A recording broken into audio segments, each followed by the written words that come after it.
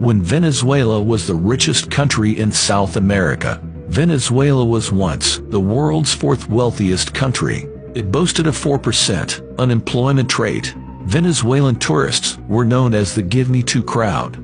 They'd simply enter a store and buy everything. Let's revisit those golden years.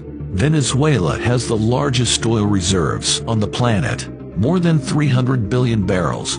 The quality of the oil may not be the best, but its reserves surpass those of Russia and Saudi Arabia. The country also has iron, gold, diamonds, and gas.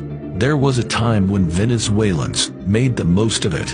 In 1950, the world was still recovering from World War II. Meanwhile, Venezuela prospered. It was 12 times richer than China, but it was still ruled by a dictator, Marcos Pérez Jiménez. He was deposed in a 1958 coup d'etat. Venezuela transitioned to democracy. Thus began a period of political stability. For over 40 years, two parties shared power. The economy experienced steady growth. The 1970s were particularly prosperous. OPEC was able to increase the price of oil. Venezuela, as its member, benefited greatly. In 1975, Carlos Andrés Pérez nationalized all the oil. Today, oil moves history. We must move with it. The revenue was used for funding social programs and infrastructure. New buildings sprang up in Caracas. GDP per capita was $7,424, trailing only the US, Switzerland, and New Zealand. But Venezuela wasn't just well off as a country, its people were making money too. This period saw the growth of the middle class. Unemployment was only 4%. Thousands of miles of new roads were built every year. Today, poverty affects 9 out of 10 Venezuelans. Back then, it didn't exceed 20%. Venezuelans flooded Miami every summer, as one Venezuelan talk show host joked.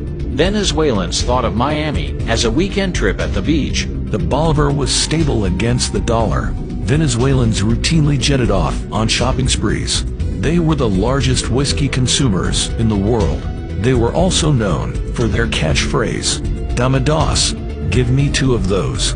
Venezuela became a beacon for immigrants. It attracted people fleeing from Chile and Argentina. But what went wrong? The answer is somewhat predictable. Venezuela's economy became too dependent on oil. When oil prices declined, the economy suffered. In 1983, the bolivar started its downward slide. That was the first warning, but the Venezuelan government ignored it.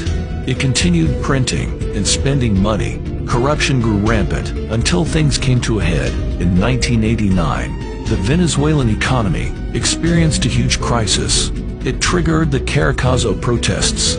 People looted stores and rioted for days. The police didn't hesitate to use force.